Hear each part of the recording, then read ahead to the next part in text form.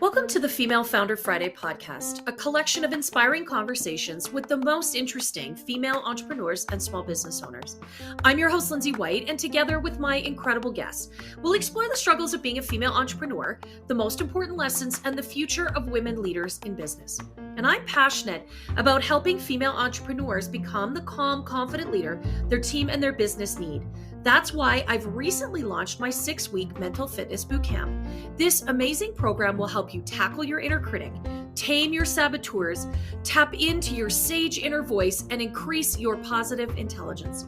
With a combination of daily practice in the custom app, weekly focus to increase your awareness, and regular group coaching led by me, you'll build the mental muscles you need to quickly overcome the changes and challenges you're facing right now. If you're ready to transform your leadership and your life, connect with me today at highvoltageleadership.ca. My guest on this week's episode is Heather Dumas. Heather has always loved fitness and exercise, and that love began back in the 80s when she got her very first Get in Shape Girl workout kit. But like many of us, Heather did what she was supposed to. She went to college and started working her way up the corporate ladder, thinking that she was going to have this big, high-powered job. Well, it didn't take Heather long to figure out that being in a cubicle was absolutely not for her. Now, Heather's turned that same passion she used in the corporate world to helping incredibly busy people find a way to fit time in for their health and nutrition into their jam-packed lives. And she does that with this incredible passion and sense of humor that makes the process really fun and engaging. And I love Heather's really straightforward approach, and we have some absolutely fantastic laughs and explore some great topics in this episode. I sure hope you enjoy. Awesome. Welcome, Heather, to the Female Founder Friday podcast. How are you today? I'm doing great. Super Awesome. excited to chat. Super excited. Yeah, so glad to have you. Thank you for fitting us in your busy schedule, because I know you were just training at the gym this morning. I got a message from you first thing. So I know you were up at the crack of dawn today. I was up at the crack of dawn. How many people have you trained already today? Just one. Okay. So far. Yeah. Today's a lighter day, but I taught a class at the gym as well. Okay. All right. So Heather's already got her exercise in for today. She's already worked it out. So thank you for being a part of the show. I'm really looking forward, first and foremost, to hearing your story and your journey to being a female founder. Yeah. It kind of happened by accident. I wouldn't say accident. It was intentional, but it was not my original plan. My original plan when I was little was to wear a power suit and be the CEO of a Fortune 500 company, because I'm a child of the 80s, and that's what powerful women did, was wear suits with big shoulder pads, and that was awesome. Totally did. But that's not how I ended up. I worked my way through restaurants for 10 years and then got into group fitness and really kind of found my thing. I've always loved exercise. I've always been interested in it. Clear back to, there was this thing called Get in Shape Girl. And again, I'm dating myself, but my God. Remember my it? sister and I totally had that thing. I told somebody about that the other day and they were like, what? I was like, listen, it was something people of a certain age know what that is. Yeah. If you were like somewhere between 6 and 12. Yeah. In the early 80s. Yeah. Totally had the Get in, and they had several different, like one had skipping ropes and one had hula hoops and the ribbon, twirly ribbon thing. I bet my mom probably still has pieces of it. Oh my that gosh. is awesome. I'm totally finding that link and putting that in the show notes. Get in Shape Girl. Love it. It was, really, like, how funny though, to be like an 8-year-old kid and be super excited about working out. Because truthfully, my mom, she would take me to the gym and do the aerobics classes with her. Oh, yeah. But she wasn't fanatical by any means. She just did it, like all women did, to like stay healthy or whatever. So yeah, clear back. I've had an interest in it. I was an athlete growing up, so there's that. But the group fitness thing, I kind of fell into. because one of my favorite instructors, they just kept dropping off and I was down to one and I hated all the other ones. And the group fitness lady was like, well, why don't you go get certified? I was like, okay, fine, I will. So I did. Because I didn't like the way they taught. So there you go. So then I was working at 6 different gyms and they started closing down one by one by one. Wow. And that's just the life cycle of the industry. They just do. And all of a sudden I had this following of people without a home, and they're asking me if I would train them. I was not a personal trainer at the time.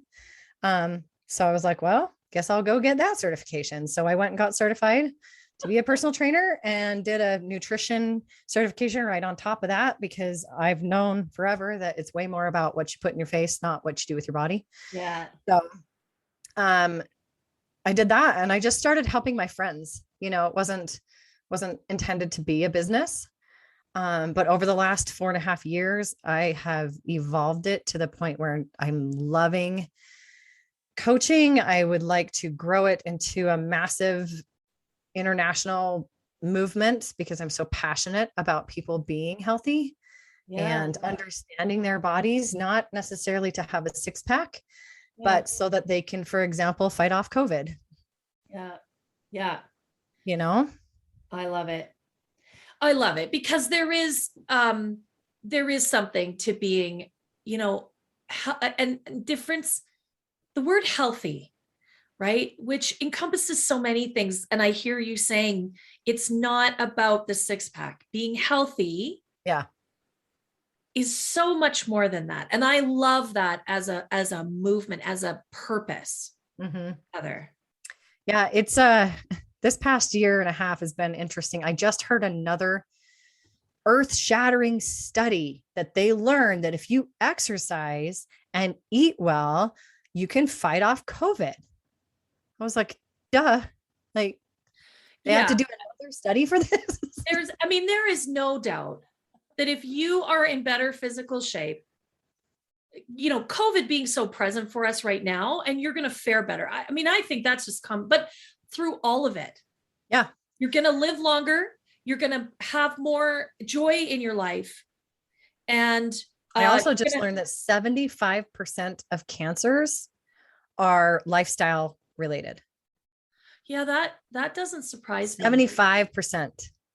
That doesn't surprise me. Clearly there are some that just and they come out of the blue and no one knows why or how or whatever. But never smoked that ends up with lung cancer. And is that just tragic? We know that some of them are very much genetic, but you're right. Like, it's our environmental stuff, including our fit health and nutrition, that actually exacerbates that. Yeah. Right. I just feel like if you at least give yourself that fighting chance of, taking it down from 100% to 25% probability that you'll get it, that's pretty darn good. That's worth putting down the soda and picking up a glass of water. Well, and again, COVID being so present for us right now, that is the truth, is that if you are in better shape and you take better care of yourself and you eat better and you exercise more, you are more likely to be able to manage COVID. Right. Yeah. Unfortunately, as you've said, just like the cancer, there's sometimes people that you think, man, that nothing wrong with that. Right. But you just up your chances of fighting off some of this awful stuff. You really do. So I think you're right. Does it take a study? No, it's freaking common sense. Well, the other thing is I'm always saying that, like, I'm probably the worst person to say that exercise doesn't matter when it comes to how you look, but it doesn't. Like, truly, if it's about aesthetics, unless you're a bodybuilder and you're really wanting to grow something specific, the way that you look is all about your nutrition and what's going on between your ears, actually. I love that. It's very little to do with the exercise. The exercise, though, it does have other things, right? It makes us happier. It reduces our stress. It does a whole bunch of other things. Yeah. But it's just, I wish that if there's one thing I could tell people is that if you want to change the way that you look, running is not going to do it for you. Yeah. Running in conjunction with other things, yes. Yeah. But so many women, especially, they're like, I'm going to lose weight. I'm going to start running. It's like, well, there's a lot better ways to do that. And if you're already overweight, going and pounding on concrete is not really a great plan. No, it isn't. I mean, I am not a fitness and nutrition expert like you are, but it is so the truth, right? It's like 80% what you put in your mouth. Like, what are you eating? Mm-hmm. And just getting a grip on what you're eating and how much. That's when and that's truly when I'm working with my clients. Ironically, I have several who are in the healthcare industry, and they know very little about what's going on, like what they're eating and what it does to their body and what maybe their body would benefit more from having, because it's not just calories. Calories matter. And it's not just carbs are the enemy or fat's the enemy. Like, we need all of those things. They all play a role. Yeah. And you can't like just not eat for 18 hours every day. That's not really a good plan either. Yeah. It's about understanding your body, and someone who has my kind of lifestyle where I, at minimum exercise an hour a day, usually 2.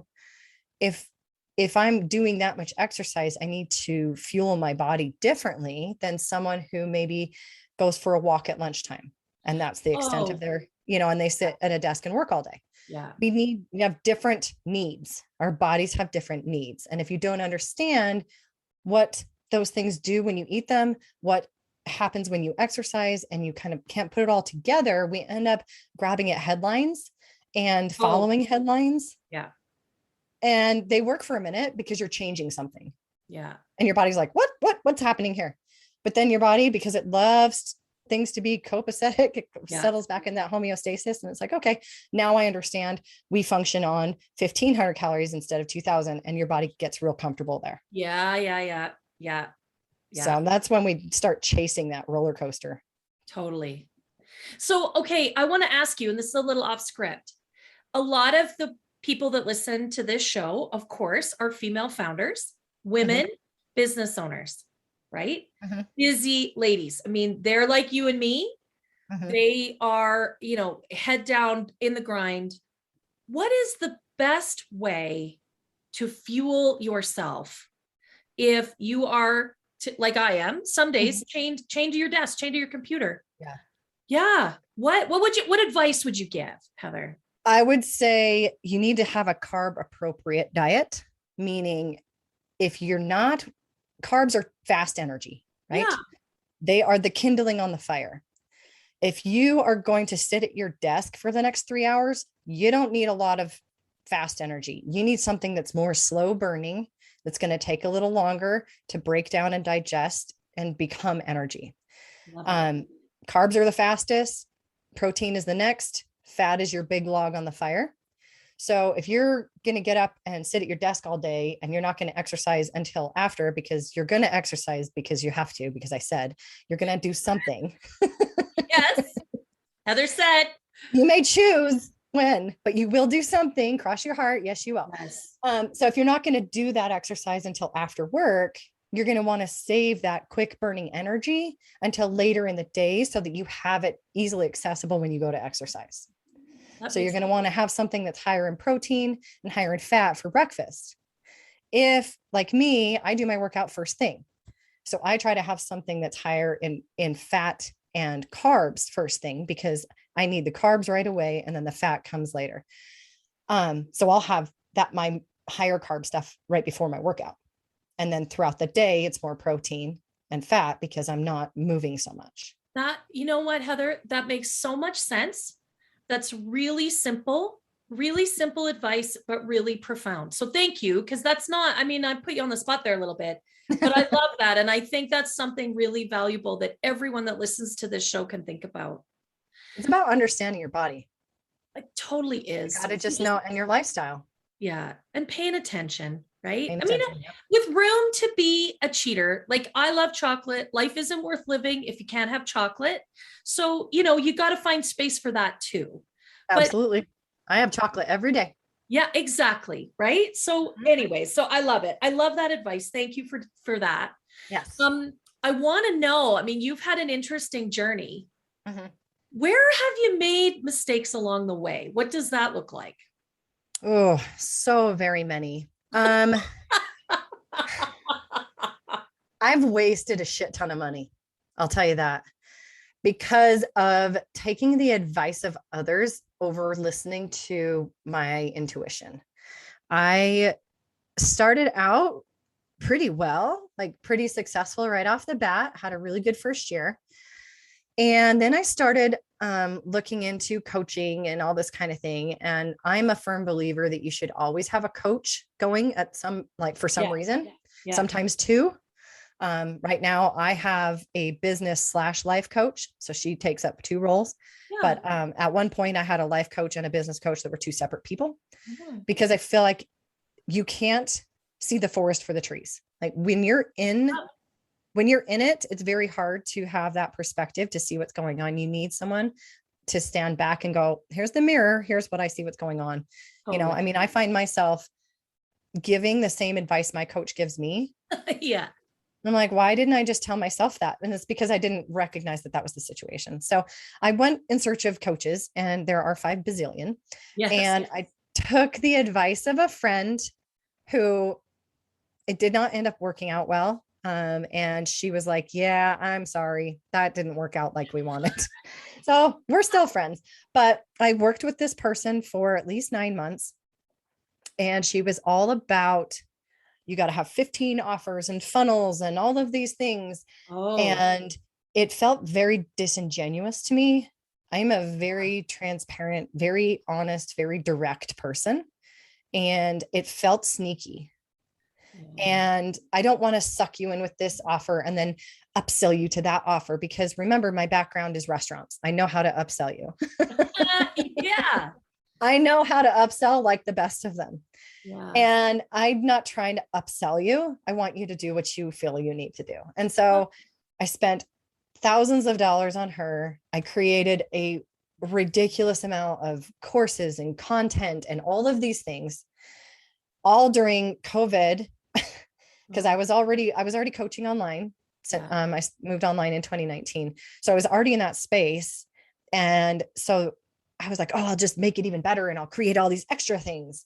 And I ended up working so many hours that I finally had to create an office hours for myself, because I think a lot of people did that over COVID, but you know, I would spend hours and hours and hours at my desk, like typing. Yeah. And it didn't get me anything. Yikes. It didn't, for all the energy. If I had counted up my hours, oh my gosh, I would probably be just ill with the amount of wasted time. So I don't count the hours, but I paid her thousands, and I think I probably turned off a lot of potential people. Right. Who I don't know if I can get them back, you know? And then one of the worst things was, she was like, you should direct message everyone on Facebook that you know and ask them to check this out. And I did. And I went back and read that message recently, and I was like, oh, I would delete myself. If you sent me that, we wouldn't be friends anymore. Right. There was no, hey, how you doing? Let's develop a relationship. It was straight cold call my friends on Facebook. I was like, worst advice ever. Worst advice ever. Yuck. Yeah. So, okay, so here's what's interesting. And I have a fundamental problem with this. So I think what happens is a lot of people in the coaching space call themselves a coach, and they are nothing of the sort. Yes. They are a consultant. Yes. She told you what to do. Yeah. She gave you steps. She gave you process. She gave you things. Yeah. When you engage with a real coach, which it sounds like you are now, it's not about the coach. It's not about their system or their advice. It's about you and supporting and guiding you as you find what is the right process for you. Right. Now, don't get me wrong. I give my clients some advice, but very, very little in the coaching space. But the advice needs to be appropriate, right? Maybe it's about messaging. Maybe it's like, you might want to try this. But it's not. Or have you thought of that? Right. And you put it back in their hands. Exactly. Yeah. I left every coaching call angry. And I wish I had just been like, why am I doing this? Yuck. every single coaching call, I was like, because I would come with a list of things I wanted to talk about and things I wanted to do. And she wouldn't, number one, she didn't remember what we talked about last time, which really ticked me off. And then she would just tell me all the things that, everything that she knows and everything I should do. Yeah. And it was terrible. It was terrible. Let me ask you this. Was she an expert in the fitness and nutrition industry? Hell no. No. So she's telling you what's worked for her. Right. Right. And that's what a lot of online coaches do. Well, here's what's worked for me. Here's how I built my business and I made a fortune. Because that's always they do it in my industry too. Yeah.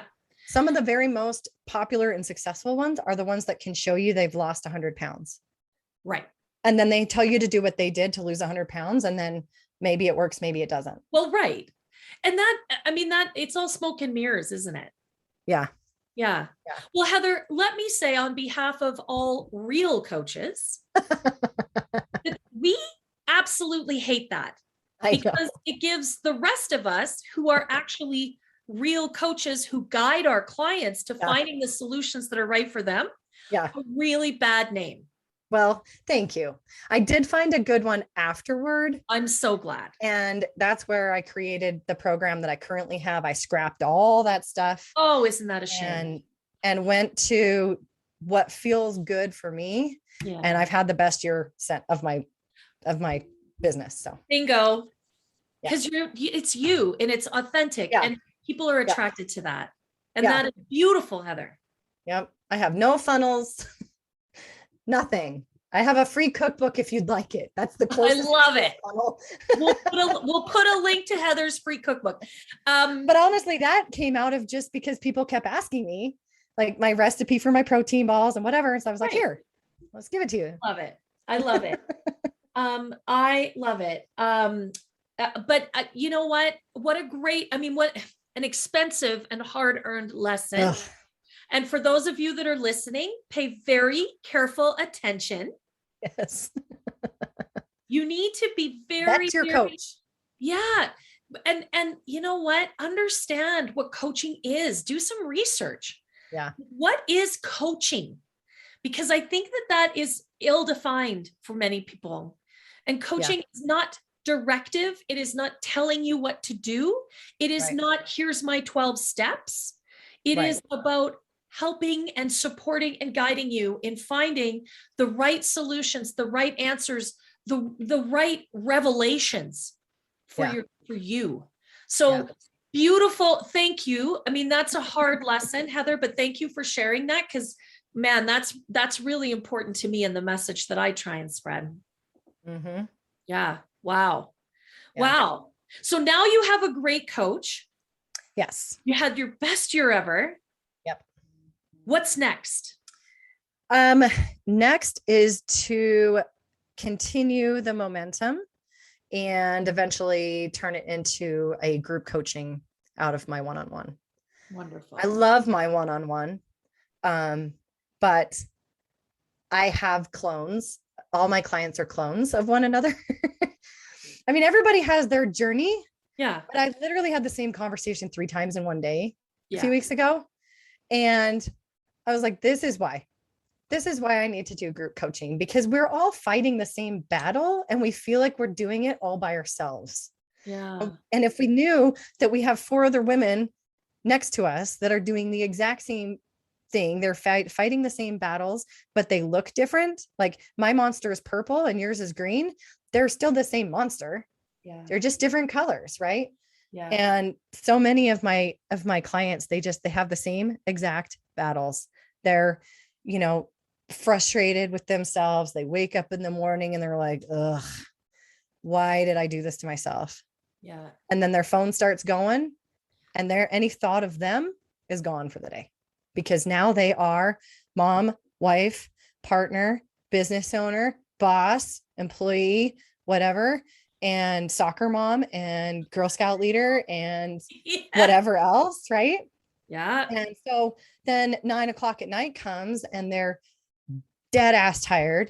And it's, well, I guess I'll just pour a glass of wine because my day went to shit. And that's just what I'm going to do. Yeah. And grab a bag of chips. Yep. or whatever your Yeah, poison. because you haven't eaten all day. So Yeah. then you're bagging. I mean, I have one client, she's like, I literally don't eat on all day. I live on coffee all day long. And then dinner is a bottle of wine and whatever I can shove in my face while I'm cooking dinner. And then I shove dinner in my face and I pass out. I was living that. I was living that for a lot of 2020. Mm-hmm. And so I identify with that. I could be that. And so, yeah, it is really hard, right? We wear so many hats. And truly it's not even that they don't want to, or they don't like it or whatever. I can't see how it will fit. Yeah. I don't understand how I'm supposed to do this.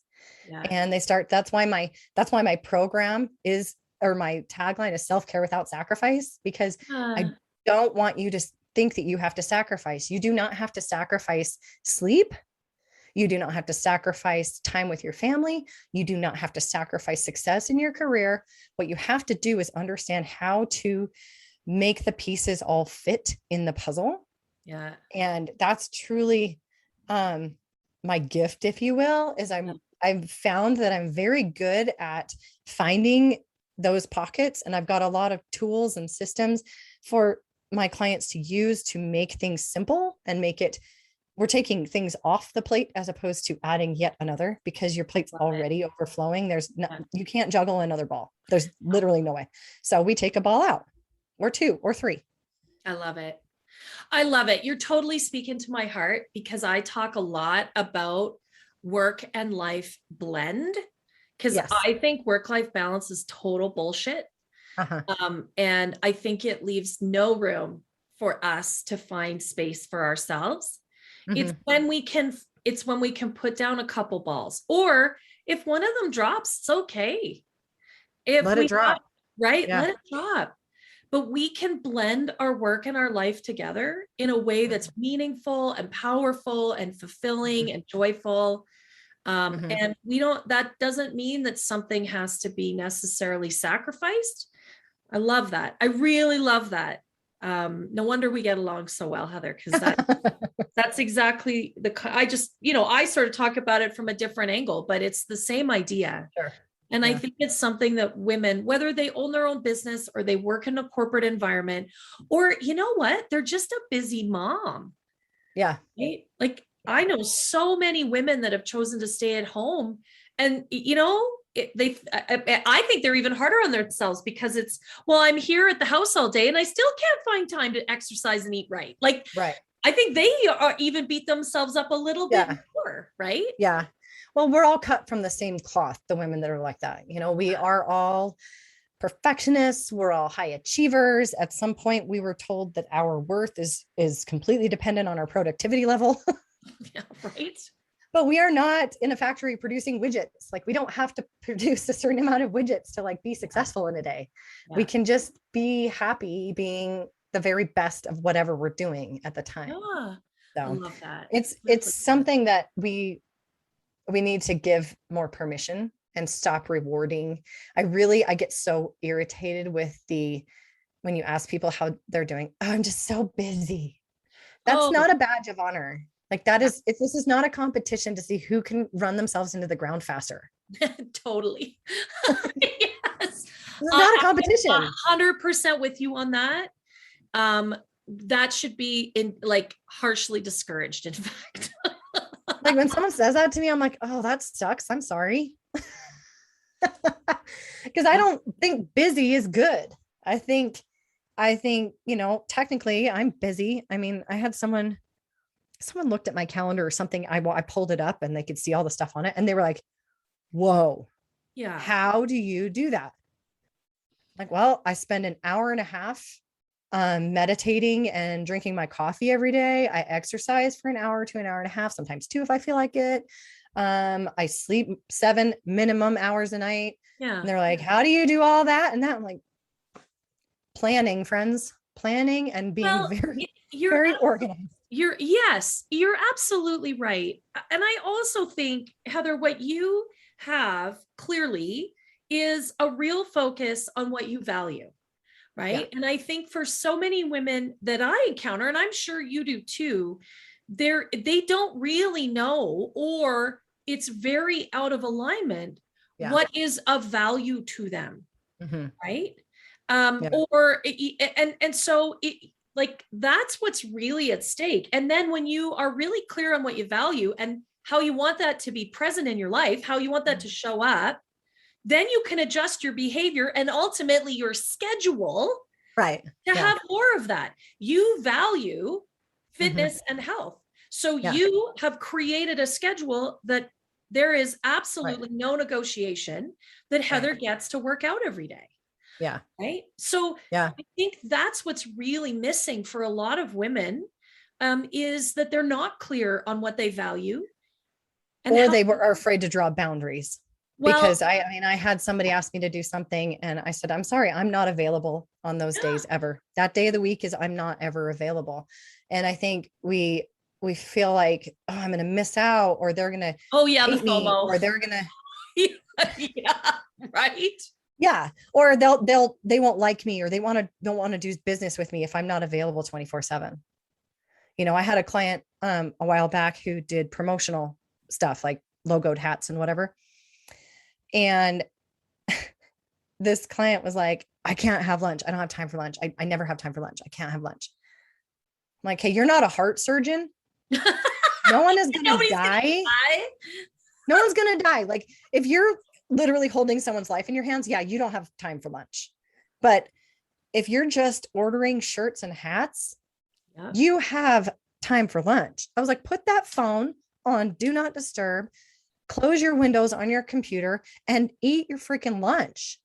Yeah. Like, your clients can wait 15 minutes. Yeah. And if they can't, I don't think you want them in your life. Yeah. Yeah. I think that's beautifully said, right? We're not talking about life. Scary. Yeah. It's scary. Well, and you know, just putting some emphasis and prioritization again on what's important to you. Yes. And building that boundary. You're absolutely right. Like, we are, a lot of us as women are programmed to be pleasers. Yeah. And you're right. Our saboteur says to us, well, if I don't do what it makes everybody else happy, they won't play with me anymore. Yeah. Well, yeah, we're not 6. This isn't the swings, the playground. Yeah. Right. And you're right. Sacrificing yourself, making yourself a martyr so that you can make sure everybody else is okay, is no longer acceptable. It just isn't. Mm-hmm. It is no way to conduct your life. One of my most favorite things to say to people is, you are in charge. You're in charge. Yeah. Because as adults, for some reason, we feel like we are no longer, like, literally, you're the adult. Yeah. Well, my kids, this and that. You're in charge. Your house, your rules. Yeah. They don't like broccoli. Cool. You can sit there until whenever. I don't care. But that's what's happened for dinner. Yeah. Right. You know, Lucky Charms is not an option tonight. Yeah. Chicken, rice, broccoli, put some cheese on it. Yeah. Throw some cheese. Throw some cheese on it. Right. Cheese fixes everything. Just throw some cheese. Ketchup. Get some ketchup going. Or here, I'm in Utah, so it's ranch or fry sauce. Okay. So you throw that on everything and it's fine. I love it. No, but you're right. Like, hang on a second. Who is running the show? Yeah. Right. And whether it's your business, like, you're in charge. You are in charge of your business, how your clients come in and out. Like, yeah. You know, I mean, look at how doctors do. Like, their hours are insanely little. Like, I work from 8 to 11:30. I take 2 hours for lunch, and then I come back and I work until 3, and I don't work on Fridays. Right. Yet people are pounding down the door. Right. Yeah. And we feel like we have to be available 24/7. Yeah. And it's tumbleweeds and crickets some days. Like, just, it's okay. It's okay you are in charge. I love it. I love it, Heather. I love it. I love that bold message. So, I mean, you've already spoken to this a little bit throughout the whole conversation, but I love asking my guests, you know, how do you lead? Like, what does leadership really mean to you? Leadership, actually, to me, is empowerment. Mm-hmm. So I actually have a business management degree. I managed restaurants for a long time. And I wish I knew then what I know now. Sure. I was a terrible manager. Looking back, I'm like, I was a jerk. No wonder people hated me, because I didn't understand this until I got much older. And I realized that giving people the opportunity, the tools, and the skills to be their very best Yeah. makes your whole team stronger, makes your family stronger, makes life better around you. Love it. If you're constantly like telling people, do this, don't do that, do this, don't do that, they feel belittled. They feel just less than. Yeah. They feel like you're making them feel smaller and smaller and weaker and weaker. Yeah. And I mean, if you look at all the good leaders throughout history, people say, oh, he was inspirational. Yeah. You know, and it wasn't because, I mean, yes, their message was great. But it was because they allowed people around them to be themselves. Yeah. Like my son goes to an early college high school, and it's actually on a college campus. Oh. They don't have bells. They don't have hall monitors. You show up to class or you don't. You have a watch, use it. And it's very much like college, how, you know, they give you homework and it's due like 2 weeks from now. And it's almost optional because it's mostly to help you prepare for the test. And he said to me the other day, he's like, I love this. I love that they treat me like an adult. Like they give me the opportunity to be responsible, because I don't need you to micromanage me. I don't need you to ring a bell to tell me to go to class. Like I have a watch, you know, I don't need you to check my notebook every day to make sure I'm taking notes. Love it. I'm taking notes because I want to be successful. Yeah. You know, and then that same day, there was an article I saw on LinkedIn that said the same thing. It was like, you know, if companies, you know, it was like a manager or something wrote it. It was like, I don't need to know why you had to leave early. I don't need to know why you came late. I don't need to know that you need to take time off for a personal reason. I hired you to do a job. Yeah. I need you to just do your job. If you do your job, it's cool. Yeah. You know, and Yeah. I think if companies were run like that, people are going to be more responsible and rise to the occasion, as opposed to at my first job, they literally took roll at 7 a.m. Yeah. And if we were in our little cubicle at 7 a.m., we would get, you know, disciplined. Which is just ridiculous. I'm a grown ass woman. Like Well, if I get here at 7:05, is my work done by 5 p.m.? Don't worry about it. And that, you know, I mean, obviously, if you are working in a role where you get paid hourly and you are paid like that is different, but you're right. Different. For so many of us, we hire really smart people. Yeah. And what we end up doing is we end up disengaging them with processes like that. Mm-hmm. We don't allow them to really bring their full brilliance to their job because we micromanage the shit out of them. Yeah. Right? If you hire, it's like, make sure you send me a report every day of what you did. It's like, why is that relevant? I did.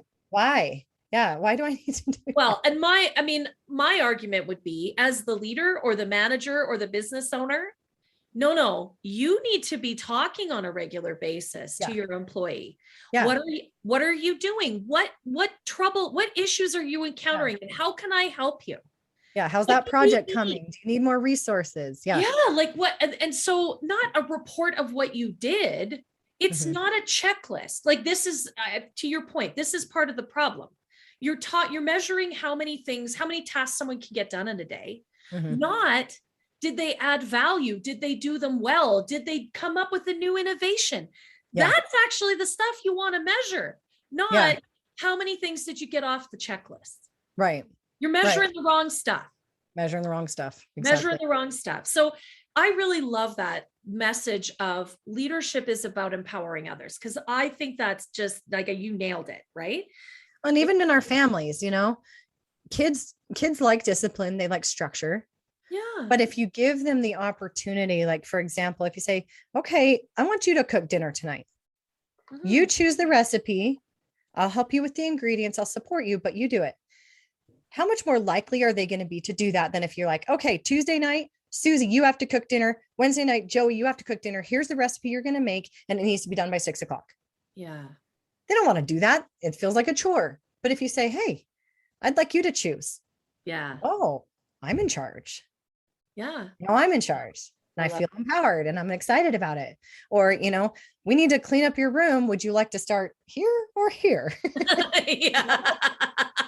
You get to choose, just as opposed to you will, we are not dictators. We are not, yeah. No, I think you get a whole lot more bees with honey, right? Yeah. I love it. Heather, this has been an absolutely fantastic conversation. Thank you so much. My pleasure. It really has been. Yeah. And I really, really love the way you have approached things and particularly how you help women really get a grip on their own health in like a really simple and straightforward way. I think that's really impactful. So thank you for sharing that with us. My pleasure. It's been fantastic. And I know we'll talk again soon. Yes.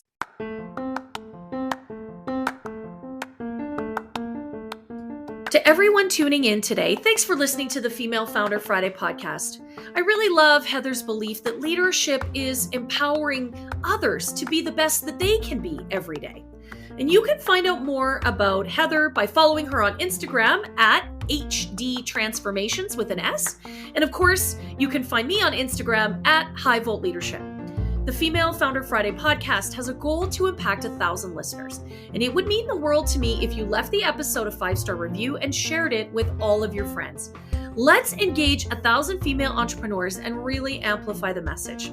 Thanks again for being a part of the show. And don't forget to connect with me at highvoltageleadership.ca.